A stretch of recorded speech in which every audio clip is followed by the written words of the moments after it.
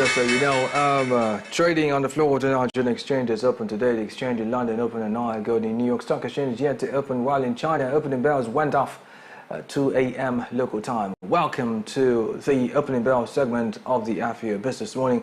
And just so you know, before we get into anything, we're just going to be taking around stories that are making the rounds as far as the business community is concerned. And we're starting off from the continental economy, where it's reported that IFAD is calling for small-scale farmers financing. Ahead of the COP29 Climate Change Summit, the United Nations International Fund for Agricultural Development, IFAD, has urged world leaders to agree on the ambitious global finance goal for adaptation, where the new Global Quantified Goal, NCQG, will be one of the major areas under discussion in Azerbaijan, as well as assisting small-scale farmers to adapt to climate change. Away from that, the global economy is reported that, well, Japan's ban on 25-year-old women is facing and staring backlash.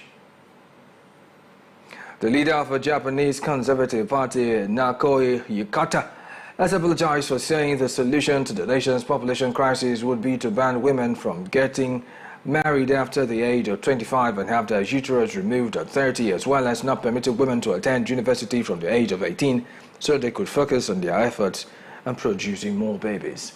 Anyway, the details of these stories and more will come to you on Global Business. And away from that, let's move straight to the floors of our future exchanges. And we're starting off on the floors of the Nigerian Stock Exchange this morning, where it's reported, well, that the NGX all-share index as of yesterday closed on a high, rising by 0.14% to close at 97,374.25 points. May also interested to know that a total of 297,829,975 shares, valued at 7,517,554,221 naira 9 kobo, were traded across 9,902 deals with equity capitalization of 59,353,754,826 naira 75 kobo. Now we're going to take a look at the biggest gainer and loser of the day. The biggest gainer of the day was Unicel, which rose by 10%. Other gainers were the likes of Aradel, John Holt PLC, DFCAP, and Custodian. On the other hand, well, we're interested to know that UCAP topped the losers list with a decline of 9.78%. Other losers were Sovereign Insurance, Prestige, Connaught PLC, and Triple G. We're going to a quick break. When we return, we'll be looking at activities from other selected exchanges. I'm talking about the likes of the New York Stock Exchange, the London Stock Exchange, and indeed the Chinese Stock Exchange, which of course houses the Shenzhen and Shanghai exchanges. The Afia Business Morning, indeed opening bell. We'll be right back. Stay tuned.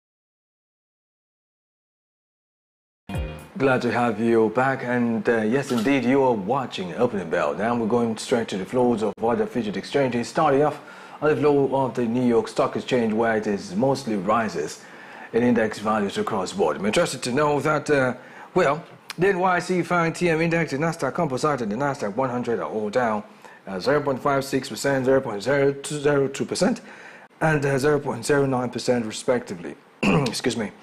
The NYSE Composite TJ, on the other hand, is up at 0.31%. The NYSE US 100 Index is up 0.80%. Dow Jones Industrial Average is up 0.59%. S&P 500 Index is up 0.38%. Now we'll take a trip to the United Kingdom, stopping off at the exchange at London.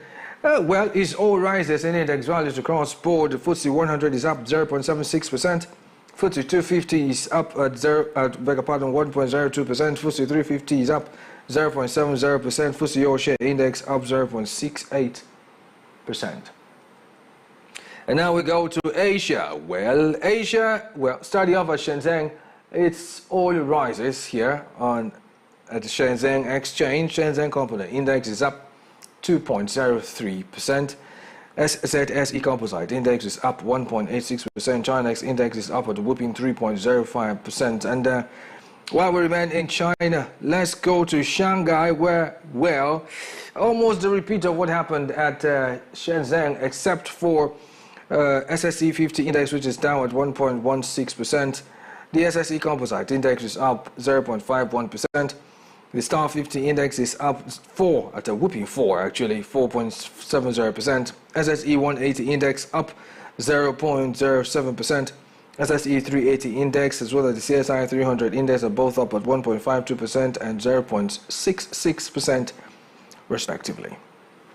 We'll go on another break. When we return, we'll be looking at commodity prices as well as our consumer price watch and the open market. You may want to follow this program and join in on the conversation on our dedicated Afia Business YouTube channel. Kindly type in the search bar www.youtube.com/Afia Business, and while you're there, do hit the like button. Remember, you should subscribe so you get notifications on all business-related content coming to you from Afia TV. And just so you know as well, we are on Instagram with the handle at Afia Business _ do well to follow and be part of our social media community. The Afia Business Morning indeed Opening Bell will be right back after this time out. Stay tuned.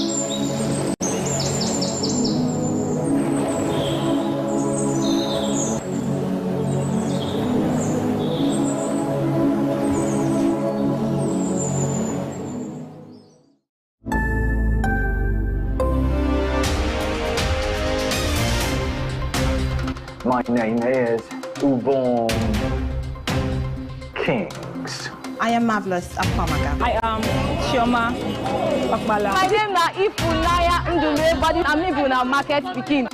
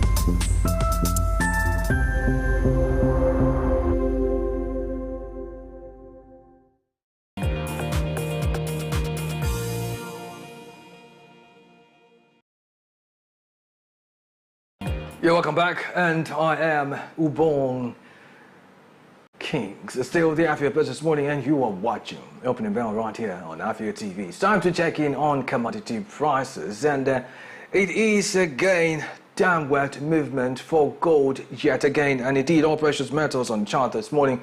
Make sure to know that gold is down at 0.81%. Silver is down at 2.28%, platinum is down at 2.53%, palladium is down at 3.39%. And then moving on to natural gas, this morning is a mixture of rises and dips with more of dips than rises. Natural gas, ethanol and coal are all upwards 9.89%, 0.32% and 0.84%. However, oil Brent is down 2.33%, oil Bonny Light is down 2.84%, Brass River and Quai were both down at 0.18%. And while we're still considering commodities, let's look at industrial metals. This morning is all dips, by the way, as far as the industrial metals are concerned. Aluminum is down 2.75%, lead is down 0.32%, iron ore is down 1.35%, copper is down 2.36%, nickel down 0.94%, zinc and tin both down at 3.15% and 0.19% respectively.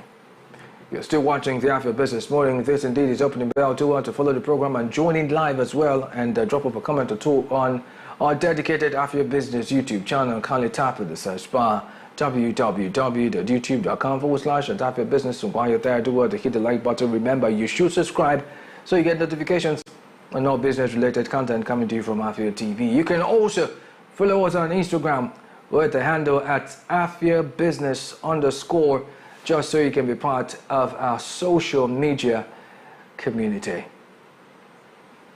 Up next, we'll be taking a look at the hikes in prices of food commodities in the open market, as well as hikes in fuel prices. And on that note, I'll see you tomorrow on the Opening Bell when the exchanges reopen for trading. And just so you know, the Afia Business Morning will be right back with the segment Global Business. My name is Ubong Kings. Stay tuned.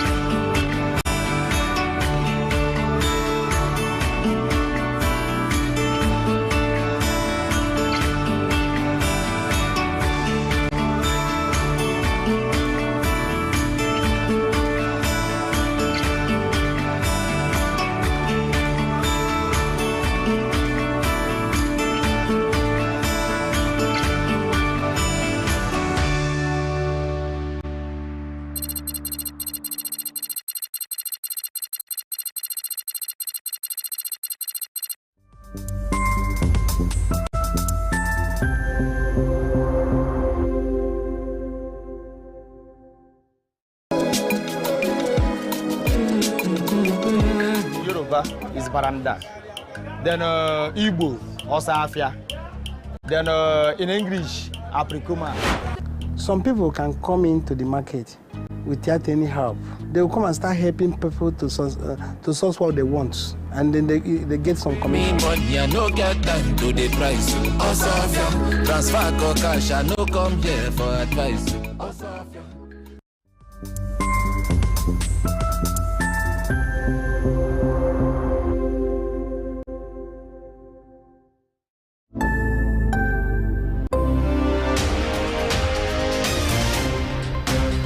My name is Ubong Kings.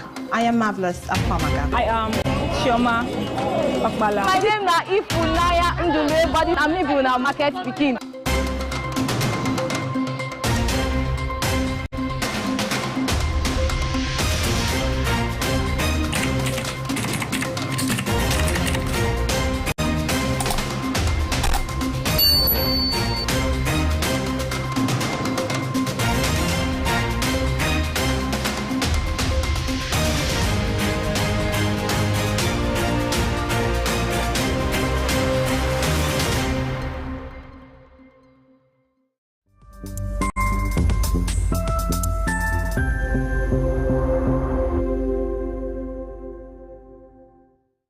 Introducing Obuzo. Afia TV's early Christmas gift to businesses in Southeast Nigeria. With Obuzo, Afia TV is empowering local entrepreneurs with 1 billion naira advertising grant, helping you reach a global audience on DSTV, GoTV, and Afia Radio. For more information, visit www.afiatv.net/Obuzo or visit the SME Center in your state. Obuzo, catalyzing economic growth in Southeast Nigeria.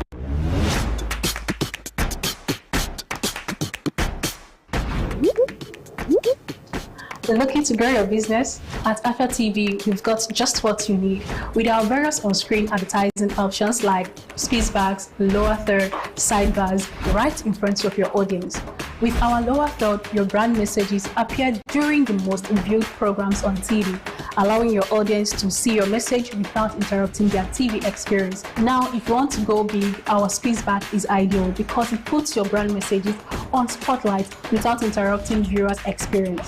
With our sidebars, your brand messages also takes the spotlight on our screen, ensuring brand exposure. These advertising options are affordable, effective, and designed to drive results. Get started today and watch a business shoot up. For more inquiries, call the numbers on your screen.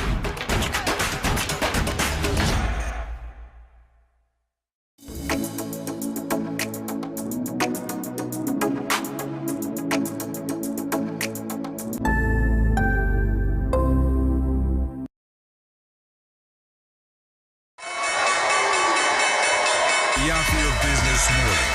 Join me every weekday on the Afia Business Morning as we bring to you a trilogy of business segments. The opening bell where we see activities from our selected stock exchanges. The global business where we bring you up to speed on business activities making the rounds all over the world. And we bring the conversation home on the segment Eastern Business Reports as we discuss business activities and issues bedeviling businesses in the Southeast region. My name is Ubong Kings. Join the Afia Business Morning every weekday 10 a.m. to 12 noon. Exclusive to Afia TV on DSTV channel 254 and GoTV channel 17. The Afia Business Morning.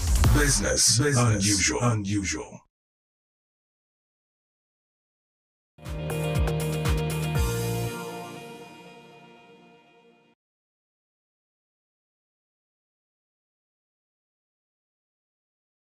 Glad to have you rejoin me on the Afia Business Morning. Welcome to Global Business. Right here, we're going to be taking a look at business news stories making the rounds all over the world. First, let's take a look at some of the stories we're tracking.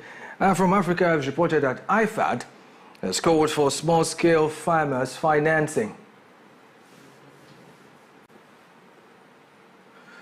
And outside Africa, Japan's ban on 25-year-old women stir backlash.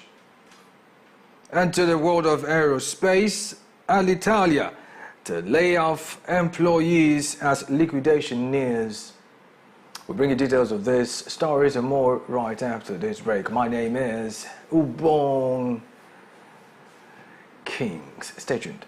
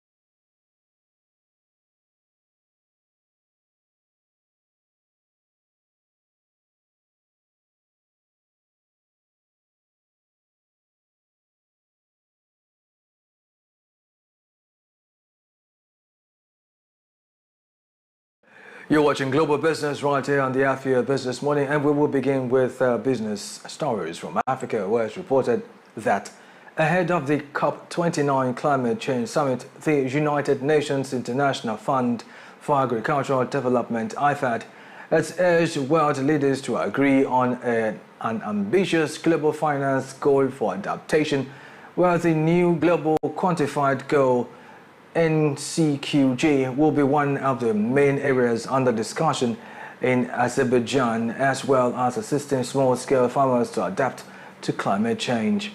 However, IFAD President Alvaro Liado is calling on global leaders to agree to the climate finance plan and to include a specific goal for adaptation, prioritizing the needs of small-scale farmers, as he further stated that small farms around the world, which are the backbone of global food systems, are the ones bearing the brunt of climate change. Now, the truth of the matter really is this, that until small farms by extension around the world are catered to and encouraged, a lot of food insecurity will come into play. I mean, just recently we heard an African country has achieved food security to us almost about 130% food security. Now, I'm saying all of this, the reason is simple, I'll tell you. Small farms are the backbone, according to the story, of global food systems, and they are the ones bearing the brunt of this climate change. And now you'll be wondering, climate change, how do you put this down? The truth of the matter is this is manifested in ways like, number one, rising temperatures. If you noticed, temperatures are very high, and this affects crops. Number two, changing rainfall patterns. Rain doesn't fall as and when due, as and when you expect them, and the right quantity you need for your crops. It affects the crops. Number three thing is drought. And then when it falls, eventually, we have drought, we have floods, it's over. It's either too small or too much. It's always the case. And this in itself has caused a whole lot. And then these have reduced crop yields astronomically. Now, all of this has led to food insecurity, which of course characterized by lower crop yields, which can cause prices to rise, and by extension lead to food insecurity and, of course, malnutrition. Now, I guess you understand it. So yes, all the help small farms and small farmers can get should be made available.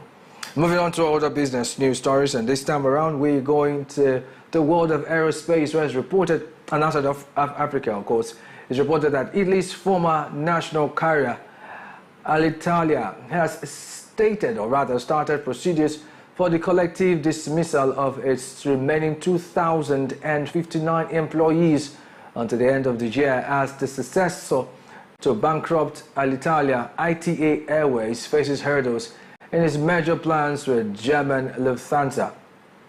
Unfortunately, major talks stalled after the Italian economic minister refused Lufthansa's suggestions to adjust the price for a 41% stake in ITA Airways. However, Lufthansa is looking to renegotiate further, as it argues that the government-owned Italian airline would lose value due to its poor performance in the fourth quarter of this year, as it is said to adhere to the 2023 terms of the contracts for its investment in ITA. Now, let's try to put some things in perspective. Number one, remember I did say at the start of this year that we'll see a lot of a number of business mergers, and maybe a couple of outright buy over and take over. Yes, and this is really the case. I mean, this is November.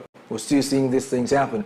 Now, this story is characteristic of that reality. Yeah, even though this may eventually turn out to be a total buy over of Italy's former national carrier Alitalia. However, this is the part that interests me. However, some clauses are posing some serious concern. One is the fact that there's this argument that the government-owned Italian airline would lose value over the next few months going into the new year, will lose value due to its poor performance in the fourth quarter of this year. And justifiably so. You know why?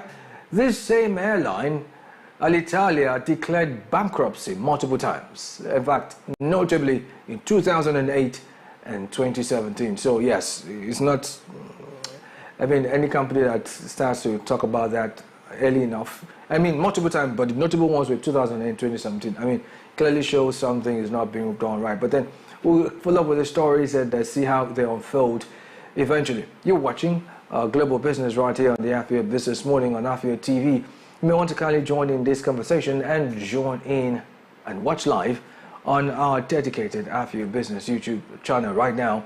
Kindly tap in the search bar www.youtube.com/Afia Business, and while you're there, do well to hit the like button.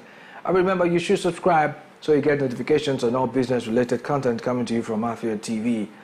And by the way, we are available on socials. Join us on, of course, Instagram with the handle at Afia Business _ to be part of our social media community. Up next will be more business news stories from the rest of the world right after this time out. Stay tuned.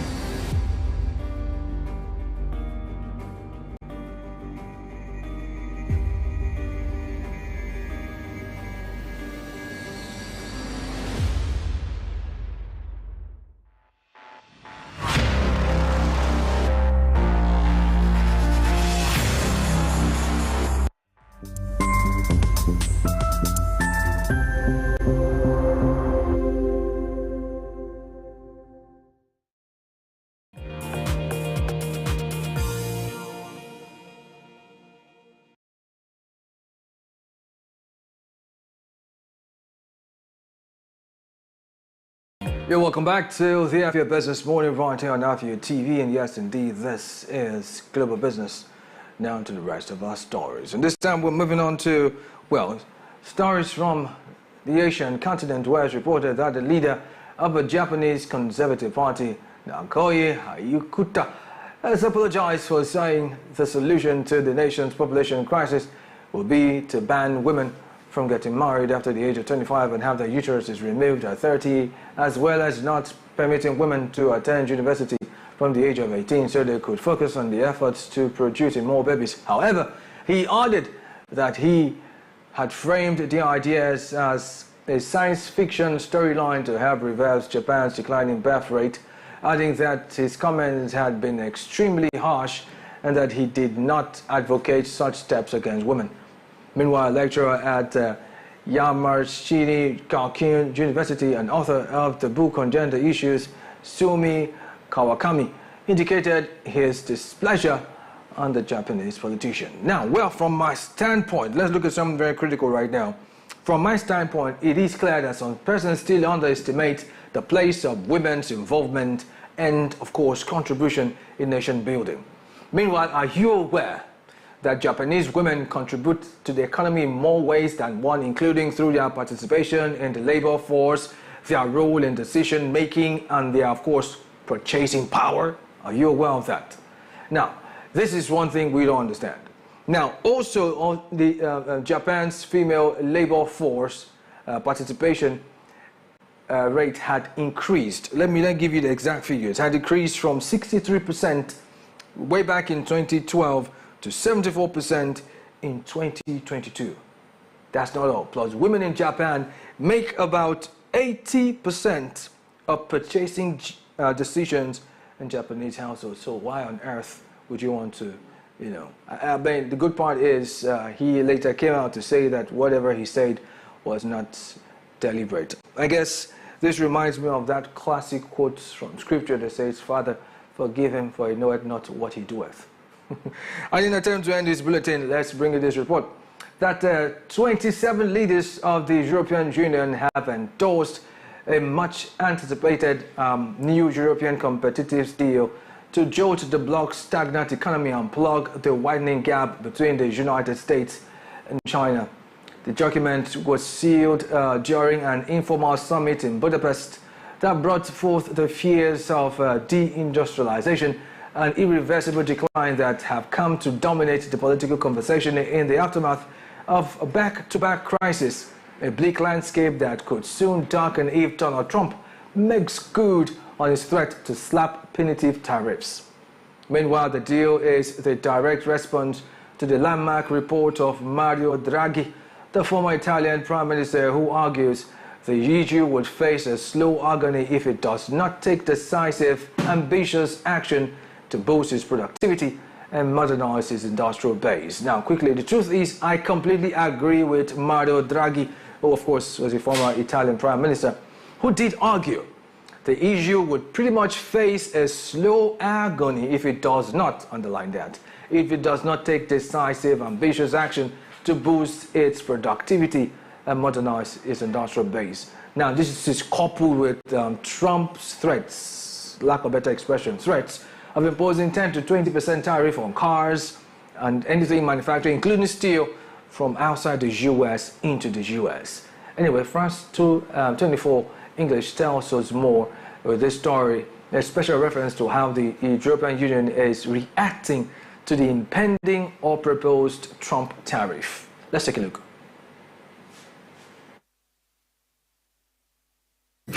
Now, ahead of the closed-door talks, President Macron characterized Trump's second term as a decisive moment, saying Europe must assert its security independence from the United States. It is a summit hosted by an ally of Donald Trump's, with Viktor Orban at the helm of the European presidency until the end of the year. Under the motto, Make Europe Great Again, some 50 leaders, including the heads of NATO and the president of Ukraine, gathered in Budapest for talks. One of their main topics, how to navigate another Trump presidency, and if it is possible to do so as a unified front, or whether divisions between European nations are too great. There's the issue of Europe's security challenges, namely the war in Ukraine, which Donald Trump has vowed to end in 24 hours. This has created fears that he could back a peace deal that favors Russia. Emmanuel Macron said Europe's role here must be a united one.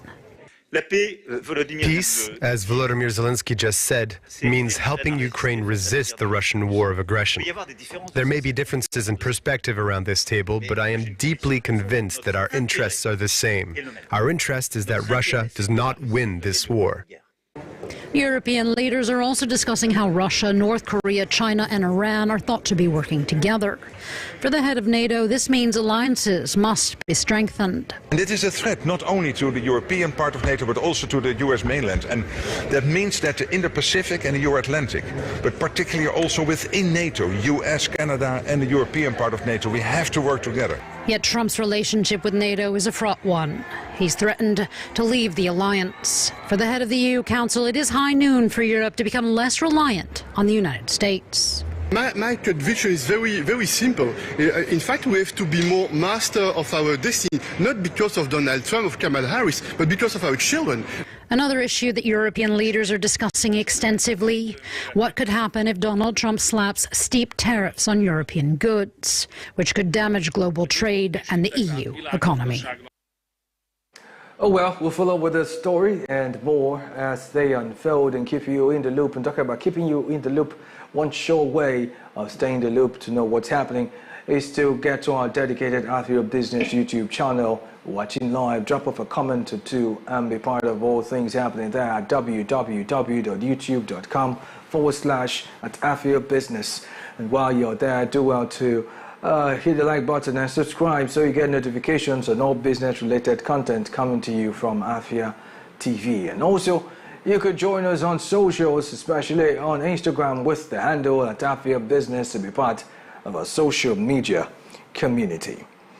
And just so you know, coming up next, we will be looking at one of the conversations that I intended to start off in this week. I'm talking about a certain issue with Nigeria acquiring a device, equipment if you may, worth about $13 million US, and as we speak, it has not been used and is just lying fallow, which has the capacity to actually help Nigeria save as much as $4 million US on a monthly basis.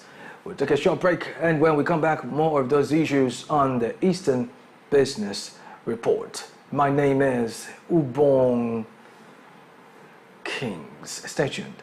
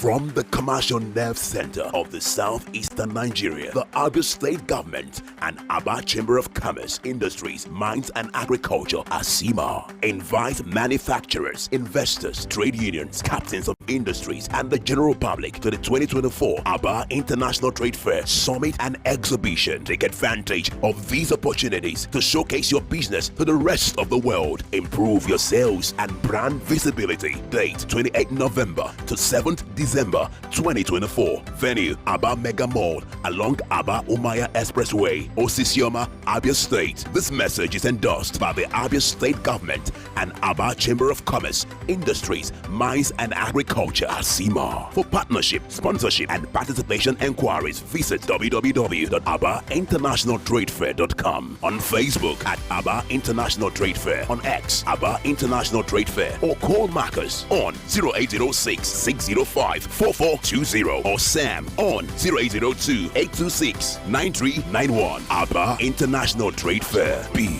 a part of it.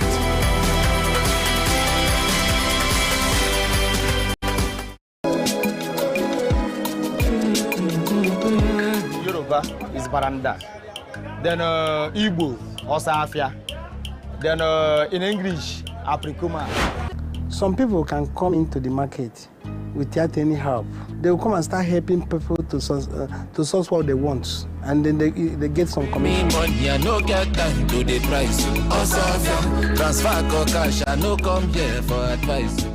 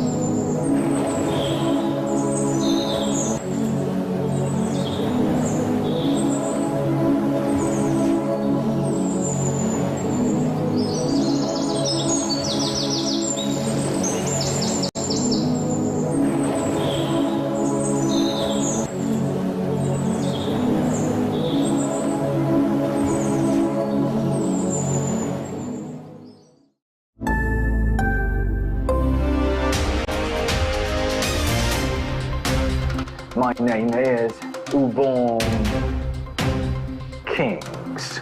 I am Marvelous Afia. I am Chioma Okpala. My name na Ifunaya Ndule, but I'm even now market speaking.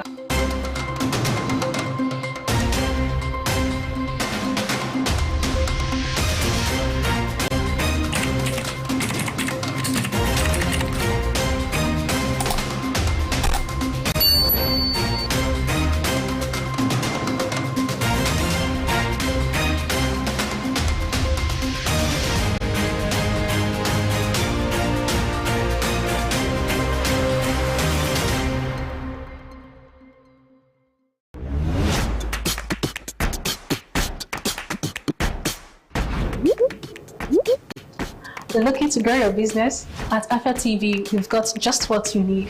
With our various on-screen advertising options like speechbacks, lower third, sidebars, right in front of your audience.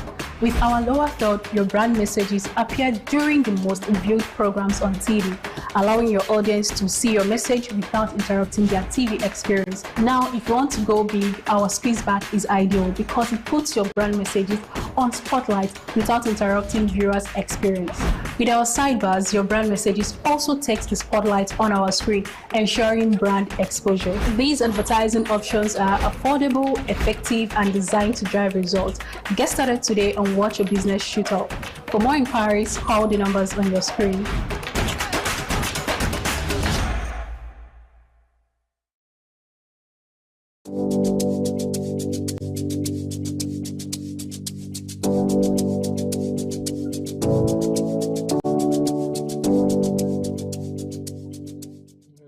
Welcome to the latest and most amazing show on here. Ladies and gentlemen, welcome to Lunch Break.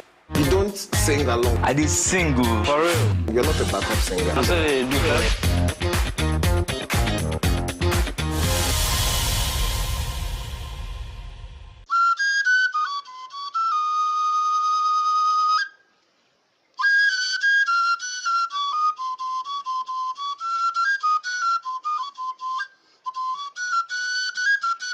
You've often wondered, what does it mean to be Igbo in today's Nigeria?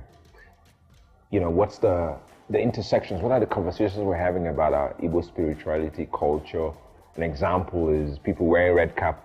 You know, everybody wears red cap. Are they entitled to wear it? What does Nzenozo mean?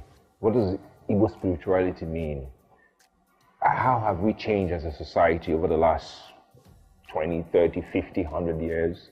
Every Thursday, 6 p.m., if you want to know more on libations, as I have a conversation with different people from all walks of life who common thread is being Igbo, or doing business with the Igbo, or living in Igbo land. What does it mean to be Igbo in today's Nigeria? Cheers. And, oh, I need to do this. Let me pour to our ancestors.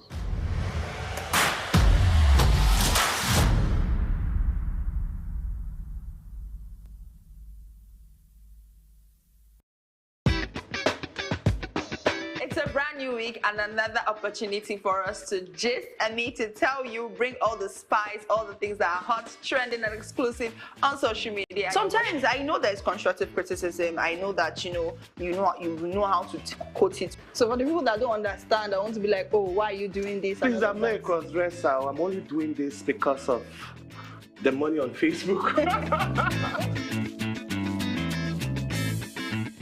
There are some people you need to just tell the truth brutally. Let it hurt them. Give it hot. Afia TV official, exclusive every weekday on Afia TV.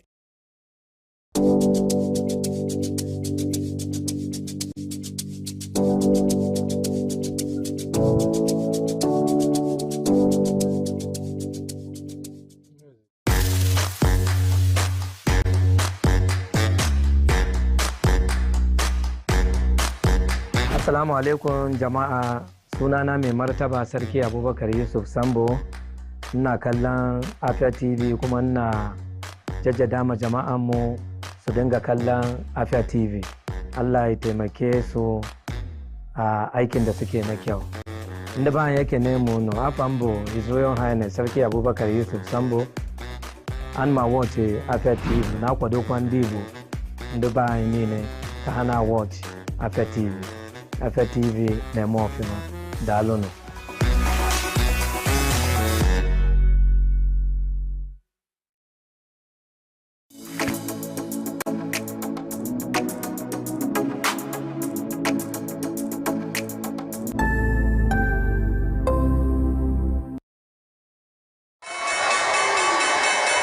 The Afia Business Morning. Join me every weekday on the Afia Business Morning as we bring to you a trilogy of business segments. The opening bell where we see activities from our select stock exchanges. The global business where we bring you up to speed on business activities, making the rounds all over the world. And we bring the conversation home on the segment Eastern Business Report as we discuss business activities and issues bedeviling businesses in the Southeast region. My name is Ubon Kings. Join the Afia Business Morning every weekday 10 a.m. to 12 noon. Exclusive to Afia TV on DSTV channel 254 and Go TV channel 17. The Afia Business Morning. Business unusual.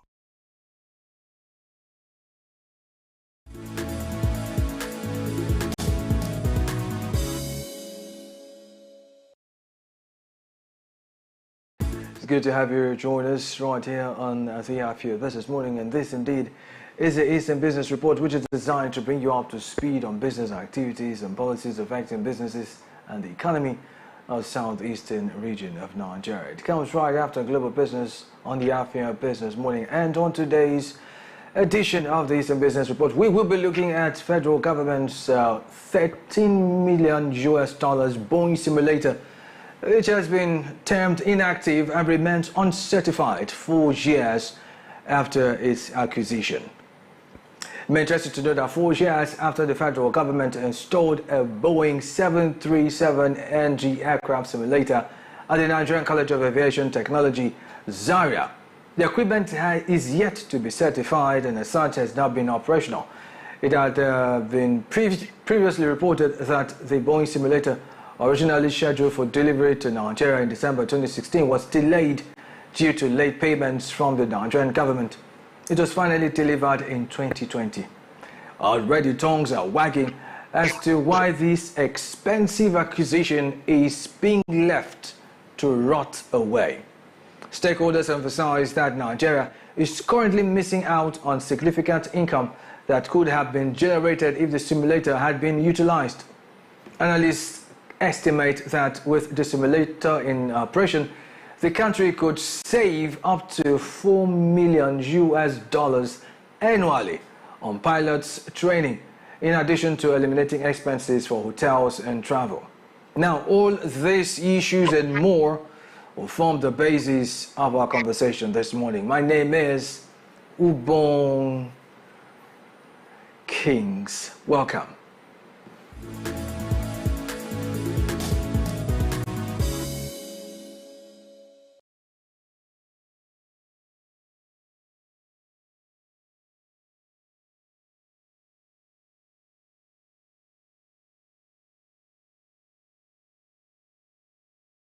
All right, joining me on this conversation on around the federal government's $13 million Boeing simulator being inactive and remains uncertified 4 years after acquisition is none other than Wilson Uche, who is the convener of the aviation meet. It's good to have you, Uche Wilson, joining us. Welcome. Thank you. It's always my pleasure to join you here. Okay, yeah, great. Before we get into this conversation, I just want to take out the time to show Nigeria, exactly what an aircraft simulator looks like. Let's take a look at this reportage, and when we come back, we'll continue this conversation. Please stay. Flight simulators basically recreate aircraft flight artificially.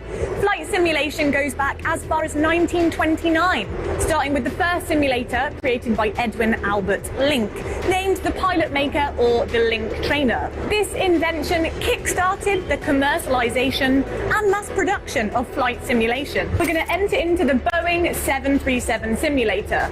Now, this is only a couple of years old and it has really top-notch, accurate technology. And students would generally spend about 9 sessions in here, about 4 hours each time. So, without further ado, let's go inside. Let's see how this experience holds up. When it's wet and conditions like this, does it affect actually your movement? Would it be slippery? Yes. Oh, okay. Yes. Oh, interesting. It affects not only a visual. It would be realistic, yeah? Oh, this is fast. Conditions. So you can feel the difference. This is very on the runway. Yes, this is fast. Whoa.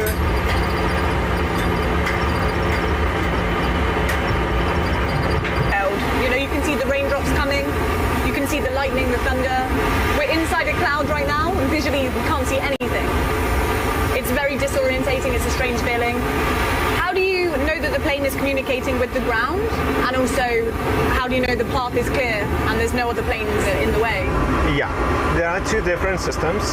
One is called like EGPSS, Enhanced Ground Proximity Warning System, to avoid collision into ground, like in mountains or flat terrain. And another system is called like a TCAS, Traffic Collision Avoidance System, to avoid collision with another airplanes. We're out of the clouds, we can finally see ground. So this display mode is for landing, and this short line is like our runway, and that position is our actual position. So we need to fly a little bit more to the right side. To level up with the runway? Yeah. We're about to land at Gatwick in rainy conditions, and I'm a little terrified. Ooh. We're going down hard. Oh.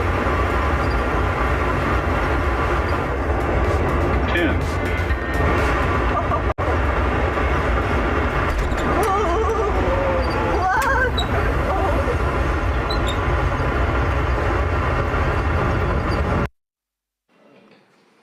All right, welcome back. And you just saw for yourself what this simulator looks like and what it basically feels like. And I still have with me Wilson Uche on standby. So, Wilson, let's get back to this conversation. First of all, what are your thoughts?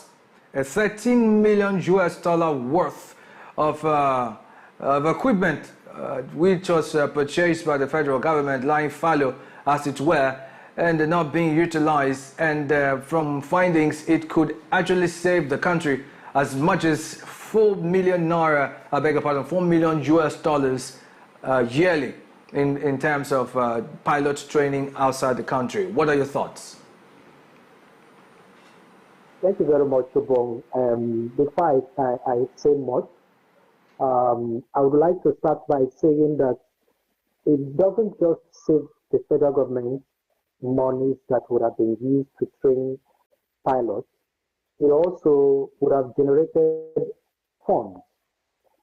It can actually serve as a source for foreign exchange, because you would see a situation whereby pilots would also come to Nigeria to train, thereby earning foreign exchange for us. Having said that, I would put all the whole blame on institutional failure. Institutional failure, this is like several other things we see in Nigeria, whereby there is good intention, but continuity, especially within the institutions that handle such projects. We need to come to the point where we no longer do things because we are at the helm of affairs at the point in time. We need to begin to see future in what we do. Sometimes begin to arrange a situation whereby if I leave, because you are not going to be there forever, someone has to take over from you. You have a tenure, and when your tenure expires, you are not going to be there in perpetuity. You are going to leave there someday, sometime. So there must be an arrangement. There must be a way you will be able to organize what you are doing, whatever vision you present, to be able to continue even after your tenure. That was a very lovely idea, but I am also concerned that we are talking about this particular simulator.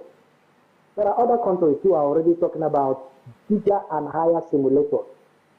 And you can imagine if we are not able to, for 4 years, put into use such huge investment. You can imagine when bigger simulators we are supposed to acquire.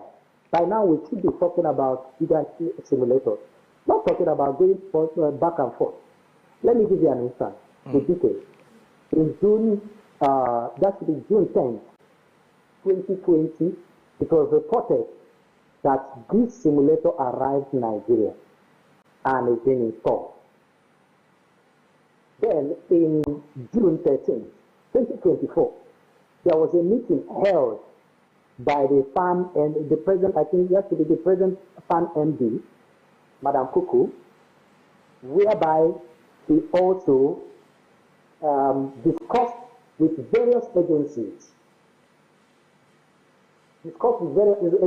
and then all the agencies that has one or two things, because initially the issue has been who is in control and who is not in control. Also, we also heard from NCAT saying that the reason why they couldn't utilize it is because they have not been accredited or licensed by Civil Aviation Authority. So we don't even know where to go. Because from the meeting held, Yeah, go on. Okay, from the meeting held in June 13, whereby it was reported that all issues were resolved.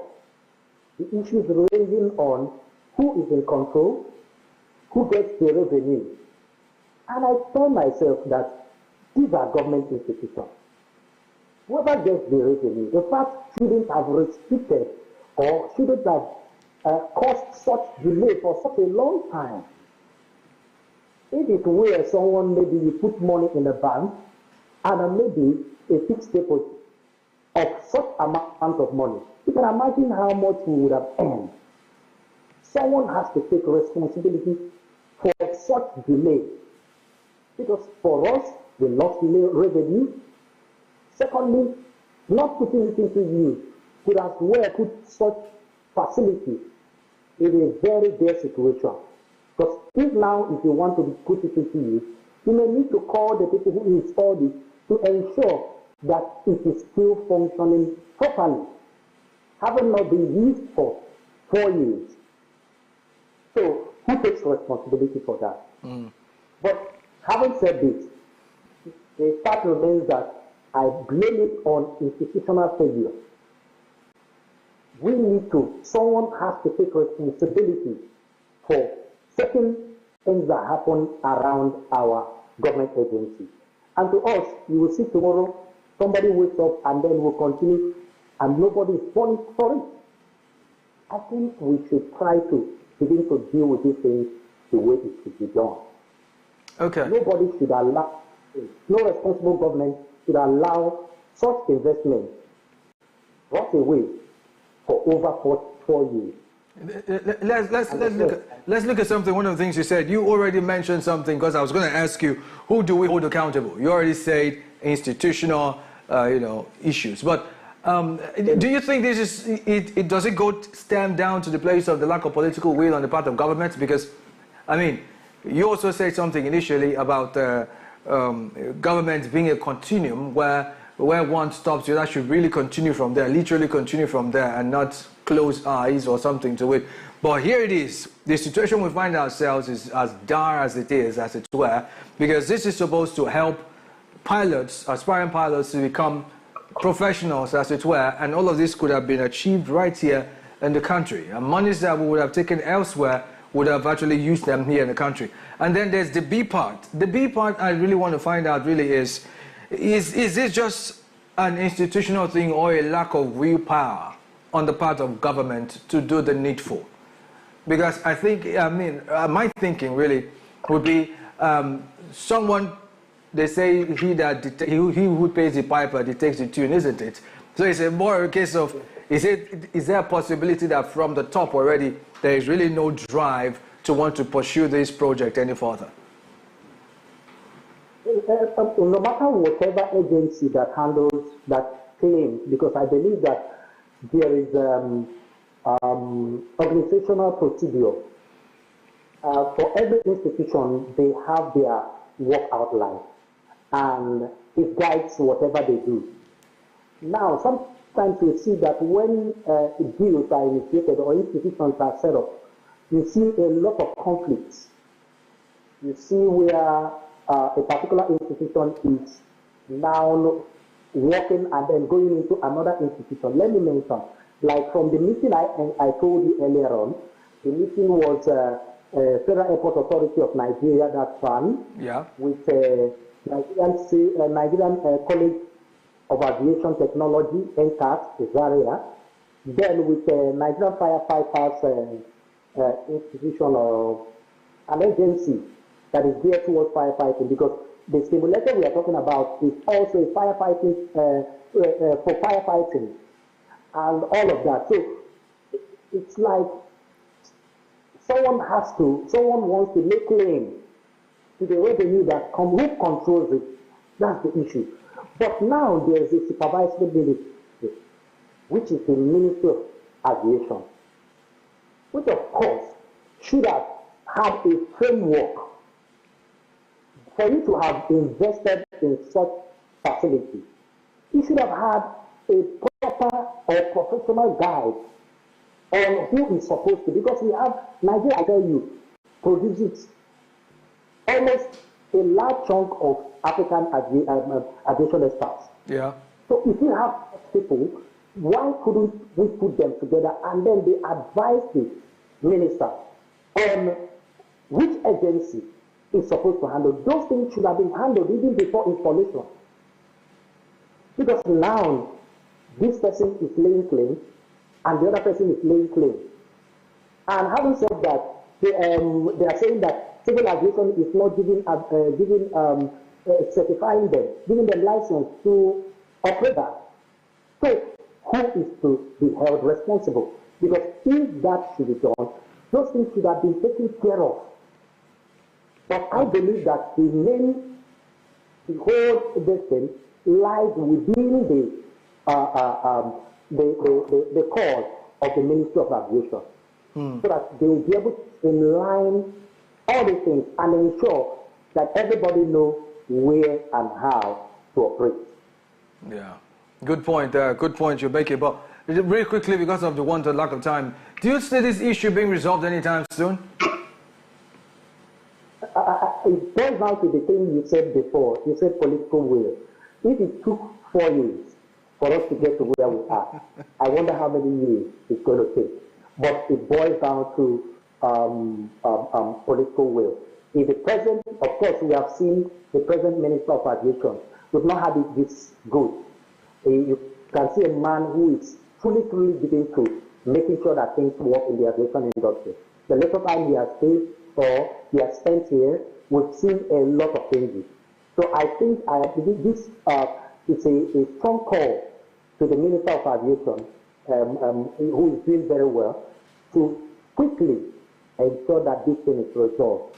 One, so that we don't spend more time losing revenue. We don't also spend more time allowing the facility to rot away. Okay. And also give opportunity to enter, that's the College of Aviation, to utilize that facility. Okay, really quickly, just before I let you go, because of want of time or lack of time, what are your thoughts? What if we had something similar here in the Southeast? Do you think would have been going through these same issues as well? Actually, this is one of the reasons why we organized the last year's aviation career league. We want a situation whereby we begin to draw interest, especially within the aviation industry, bringing them down the Southeast. Earlier on in my address, during that meet, I said that it looks as if there's less interest of aviation facility being brought towards the Southeast. True. I mean, that in the Southeast, we really don't have a well-established aviation academy, well-established aviation college. So we are looking forward to that. And we are also appealing to the government, not just the federal government, but the government of the 5 southeastern states to also begin to look in that direction. We also look forward to a situation whereby there is a concerted effort to ensure that the aviation industry within the Southeast is given a very good attention. All right. I think that's a good place to leave this conversation. Thank you so much, Wilson, for joining me. Thank you for your time. It's my pleasure. All right, in case you're just joining in, well, I've been playing host to Wilson Uche, the convener of the aviation meet, and we've been looking at the issue surrounding the federal government's 13 million US dollar simulator, how that it has been laying fallow, absolutely nothing done 4 years after accusation. You can do well to drop up a comment or two on our dedicated Afia Business YouTube channel. Go to www.youtube.com/@Afia Business to drop off your comment right there. And while you're there, do well to hit the like button. Remember, you can subscribe so you get notifications on all business-related content coming to you from Afia TV. And while you're at it, also know that we are available on socials. I'm talking Instagram now with the handle @AfiaBusiness_. Be part of our social media community by following. And that's the size of the package, guys. Thank you for your time once, twice, a million more times. Coming up next is Onya Afia. My name is Ubong Kings. Thank you for your time. Good morning.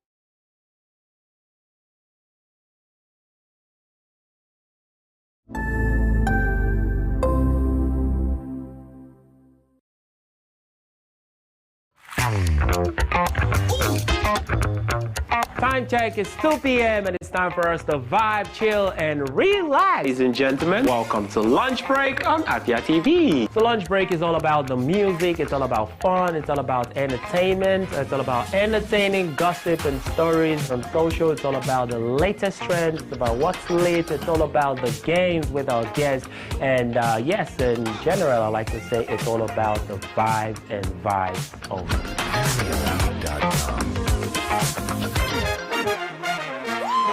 Welcome to Afia TV, your go-to channel for excellent news and incredible shows that keeps you IEI, that is, informed, entertained, and inspired. Need a break? Ladies and germs, welcome to Lunch Break on Afia TV. Join Choco to vibe and chill on Lunch Break at 2 p.m. for the latest trends in music and entertainment. Not like I have big money. Dive into the world of innovation and creativity with Rochelle on Unka. It means art in English. Where creative minds and groundbreaking ideas come to life. Tune in every weekday at 8 p.m. Do not miss Afia TV Official, your perfect dose of laughter, where they discuss what is currently trending on social media every day at 5:30 p.m. on Afia TV. But in this economy, the savings will save you, man. And that's not all. Stay tuned for more exciting shows on Afia TV. Catch us on DSTV channel 254 and GoTV channel 17. Good evening to you, viewer, and welcome to Women in Business, a show that profiles women, executives, and even the next door store owners, showcasing Igbo greatness to the world. I started always obsessed with books ever since I was a child. The stress of always converting naira to dollar and an incompetent means an incompetent person.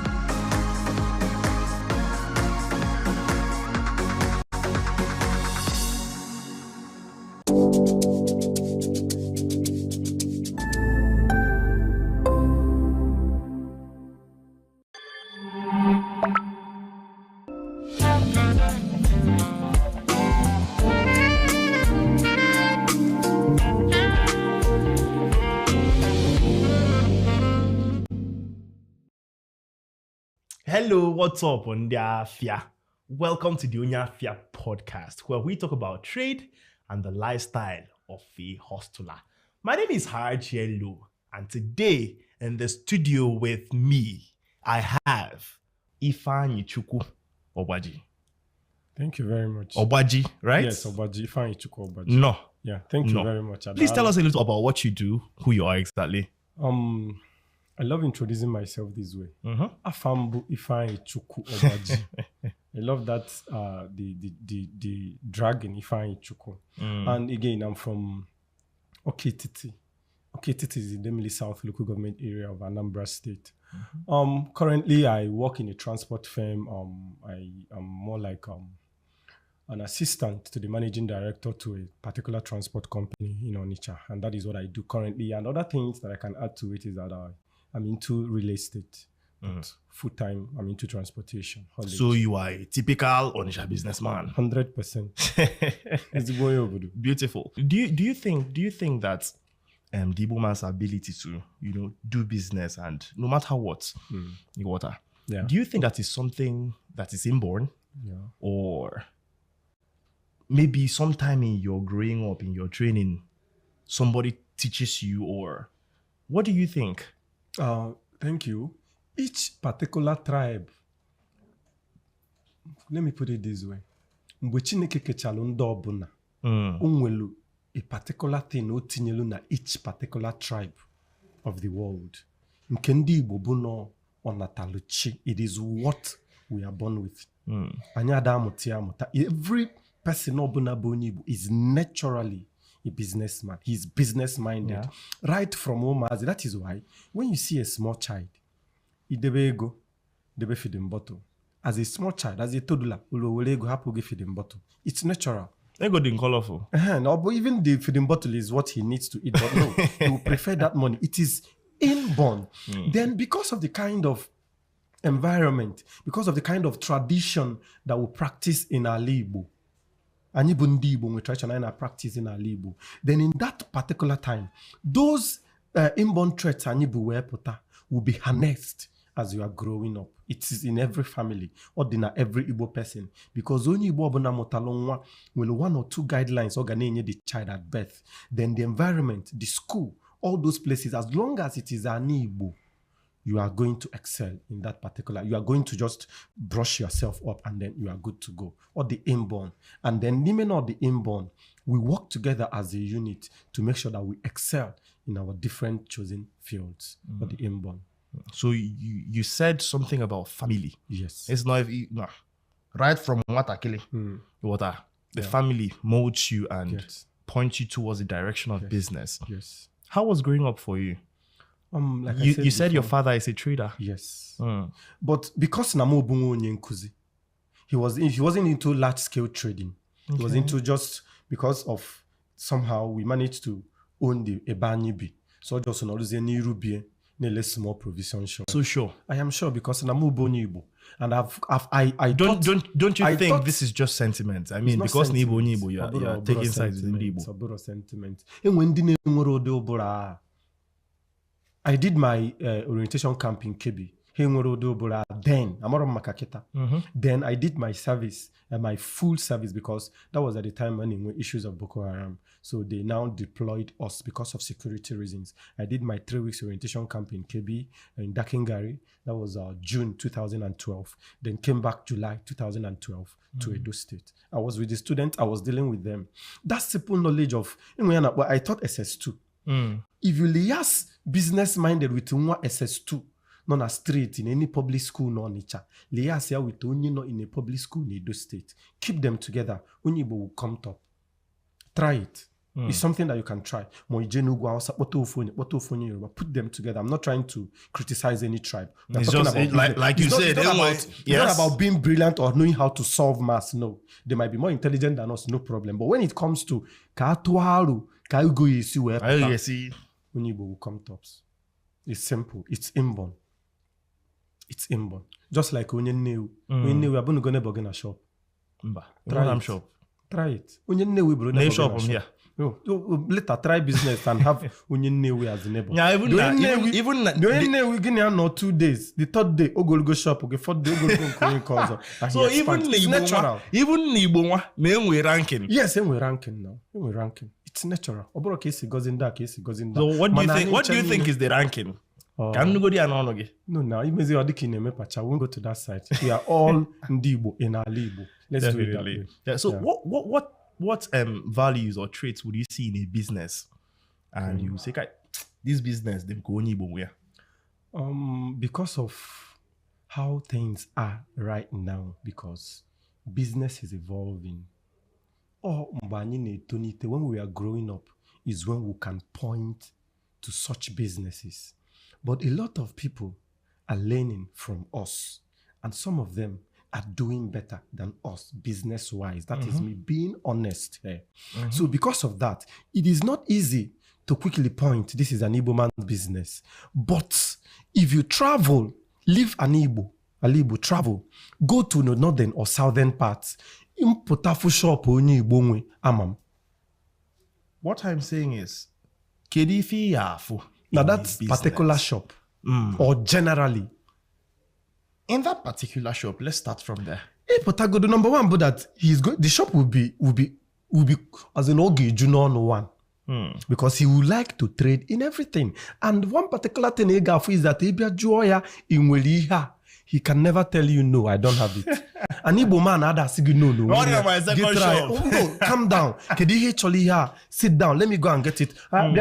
They will tell you in a shop. That Igbo man will not go better in a shop when Igbo na happen. That is the only thing I will see, and I will know that this is an Igbo shop. But if you try to generalize it on the bulk businesses, it will be very, very difficult for me to see like a product out in the market, and I will tell you no new will be here. I said shop, not product. Okay. Then when it comes to that shop, from looking at the shop and interacting with the person in the shop, just say for another shop, koge see we also go down here sample in Afia diche. And majority of time he will not sit down. Yeah. He will not sit down. Even the owner of the shop will iki neka. Ili betron slippers. Kuroniru shop he will call you to come. Not like because I am Oga, he will sit down and be punching calculator. No, he's standing too. That is the spirit of the business. At the end of the day, any other transaction that you want two of you to talk, fine. But in that particular shop, he doesn't joke with it. Yeah, everybody must be every hand must be on deck. Custom. So this is a very controversial topic, yes? Okay. Because a lot of people what do you think? Is Ogwego real? Right? And does Ogwego really exempt you from actually putting in the work? And this question I will answer in two ways. Because I'm as a Christian, calm down. I will answer in two ways. As a Christian, there is nothing like Ogwego because all power belongs to Jesus, and the kenine or the jamanine goes back to him. Definitely. Then as onyo there is also nothing ana Ogwego, but because of the way things are in certain areas, nature can be altered to favor you, but you must have to work hard on it. You can't just sit down because Nollywood messed us up. Sorry to say this, but I must admit it. When it comes to that part, they will tell you name will only add the balloon room on Abuego. That is the idea of people of Ogwego. That is the idea people will about Ogwego through what they saw in Nollywood. Maybe you use somebody for money ritual, the person starts vomiting money for you in your wardrobe, vomiting 500 or 1,000. No. It doesn't work that. Even ordinary doesn't permit that. Mana, all the forces of the universe is science, Igbo science, and force them to align with you in as much as it has its consequences. But you must be doing something. You can't be idle. So when it comes to let me just use it like can show a very good illustration which I'm trying to get. I wouldn't get, but it simply means emelie. Some people call it awele, or you heard awele like anom na shop nje gwo ogu awele. When I do that, what I'm trying to say is this: na mo no do na shop mo posa afia onye obuna gafe na shop must be forced to look at my shop and buy from me. He buys from me. That is awele, not nando no zian in a yard.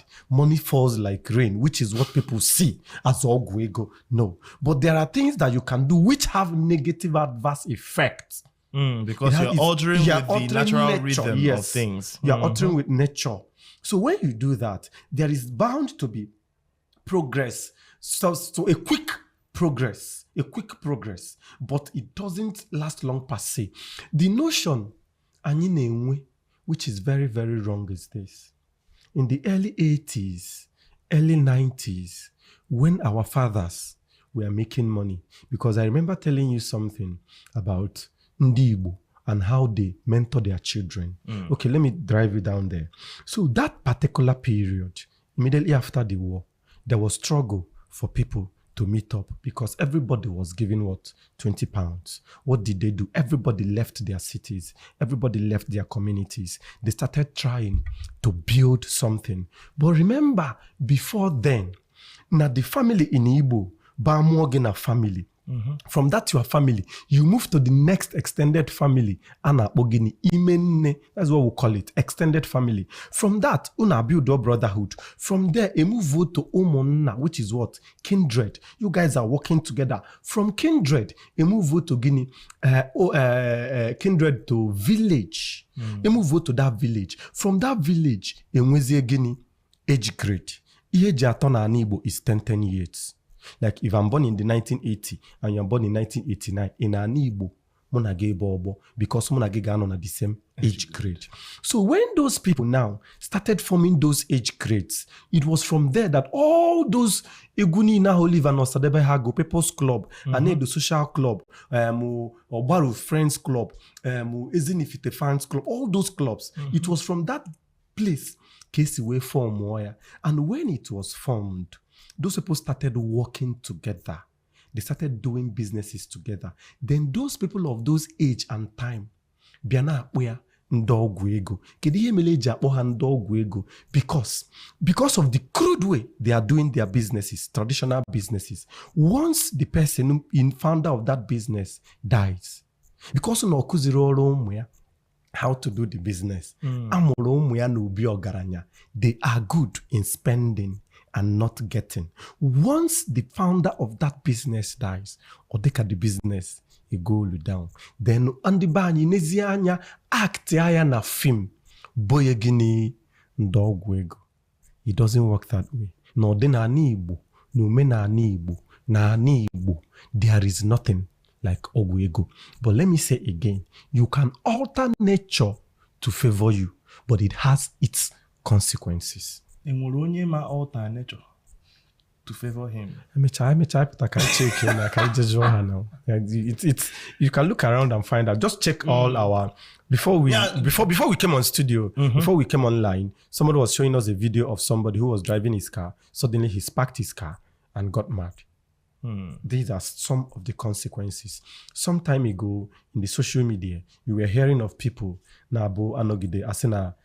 They are stealing ladies' underwears. Then sometimes you see ladies or gabumo to drop or they run mad.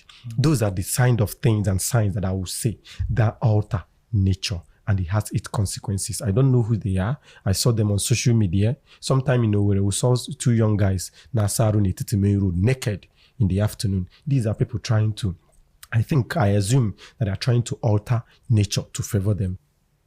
All right. Thank you. So, yeah. Over time, as we've been talking, yeah, it's like if any Naneku is just to extol the Igbo businessman. Yeah. Yeah. On a Mecca. Yeah. Are there things that Igbo business people are currently, in your opinion, are currently not doing right? Yes. Let's hear you. One, it's a big challenge, just like I explained, with that our fathers name a business as sole proprietorship. And once they found out Norozi, the business died. Let me tell you, I can count up to 4 multi-million-dollar companies in Onanewi that is still under sole proprietorship. Up to 4, I can count. Up to 4 of them. Manina watch, our counterparts, what they do is that they float the company. People buy shares. People invest. What happens? Over time, Obrona the company, but the chances of the company dying with the founder, now they were slim. If you know of any company 1980 to 1990 to 2000, can may exist after the death of the founder? Count 1 or 2 for me. But it works. How?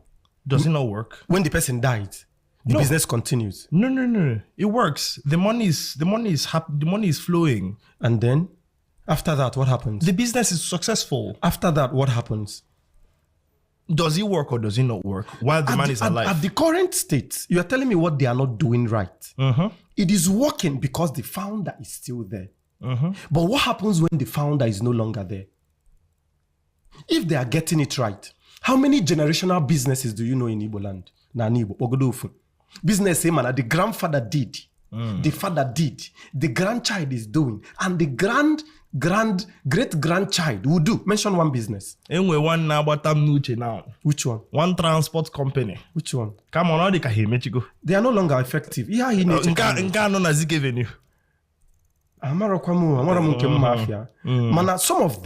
some of them, once the sole proprietor or sole proprietorship business can appear, once when you build the business, together, who will now manage the business? Business crumbles. Especially checking all the transport. Let's use transportation. Checking all the foremost transport companies in Inema. At one point in the history of West Africa, an Igbo man is the first West African billionaire. I hope you know. Really? Yes. Who is that? He's the father of Chukwuemeka Odumegwu Ojukwu, Chief Sir Louis Ojukwu. He's the first. I think I heard he's that. The first West African billionaire. And he started with transport. With transportation. Ekene Dilichukwu was once his driver. We talk about Ndibo and how they work together. Two of them are from Nnewi community, where they come from. They grew together. This one comes, it works. But what happens? Fast forward to 50 years on. What is happening? Your guess is as good as mine. But there are companies in the Western world, even in some parts of the Yoruba that you know, or South or Northern Nigeria, that you know that this business did not start with this man. It started with the father. The son is still doing it. And the other son will also continue, take over where the father left. That is one thing. Is it compulsory that the son should take over? No. But I'm just trying to tell you that maybe he is the highest shareholder in the company. So by right, being the highest shareholder, by right, the family still retains the directorship. Because onye kacha jide shareholder is supposed to be the director. I'm science, mana, that is basic economics. I stand to be corrected. Mana, I'm that now. Madu 60% share. Like you now, we're importing this microphone. I have 70% share. You have 30%. There is no way. Why did you know you 70%? So why would I allow you to manage it? No. I'll hand over to my son. Then here is the problem. When we no longer feel like we'll sell to you, you can now get by 80% of it, and then you can take up from there. Yes. So that is one thing. Let us learn to invite others to work together and grow the businesses. My cousin Naza, that is our nickname.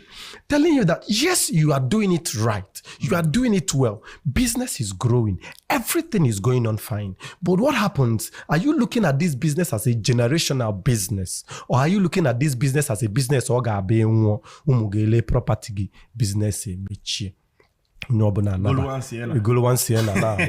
J Club, money ends. 2 is advertisement. Advertisement. Don't you think that the market makes room for that? No. Ihe onye Igbo believe bụ Afioma na-ere onwe. Afioma na-ere onwe. Wonderful. It's fine. Afioma na-ere onwe. Even with no Afioma ọ na-ere onwe ya ka ọ na-ere onwe n'ebe ahụ ọ nọ. Ebe ahụ ọ nọ. You are in a box. You are in a box. Any business of a proper advertisement is a blind business. Let me give you a little instance. DSTV. Name advertisement name DSTV. Kijegolu DSTV. CNN. Can you mention one Igbo business in Anambra mo onye Igbo nwe in afuna na CNN ebe ha name advert? How many have you seen? How many have you seen? Because we believe. Okay, let me give you an instance in Onitsha. This was given to me it was a friend, Uchokoye, that pointed it out to me when we were having a discussion. Osim na Onitsha anya, I am in Onitsha. Mmadu one na-eme advert. I check it. Then it came to our knowledge that few Igbo businesses name advert. Could you believe that even in Onitsha, the highest company name advertisement in all the radio stations in Onitsha is not owned by an Igbo person. But her name. You gonna go advertisement in the Igbo. Cake on her. Ike. Whiz, wow. How do you get an attention? Like that alone, you are losing interest in the business, and they don't want to do that. So they don't spend money on proper advertisement. Some of them believe that obuno lese go fuma. But the world is going global. Is that not something to count on?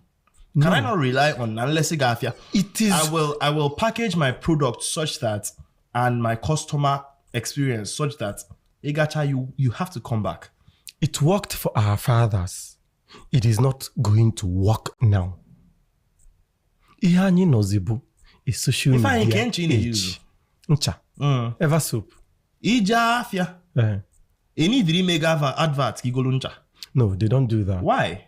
Amaron magwe from ever soap like woba no ever soap and abu woka da chomana.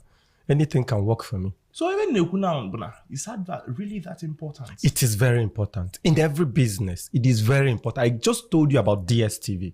DSTV have no competition in Nigeria, yet they are advertising. MTN ain't competition. Sorry, I'm going to call names of brands, but they are still advertising. Even MTN, they send the message in a MTN SIM. That is advert. You spread. You unless you just want to be at a spot. You asked me my opinion of what they are not getting right. Advertisement is another one. There are companies in Onitsha Maromakia. There are some brands they produce in Onitsha that you don't know about. How will you know about it? And finally, very, very important, majority of Igbo brands in social media presence. Go and check. If you have any complaint, negotiate something. How do you complain? In this day and age, everybody may use the phone. When was the last time you listened to radio? Just put a tetola no to tune radio neg. But wait, when was the last time in Enelu or EBS or ESTV, Enugu State Broadcasting Service, ESBS? When was the last time you watched it? Nah, but each morning you are online, right? You are checking.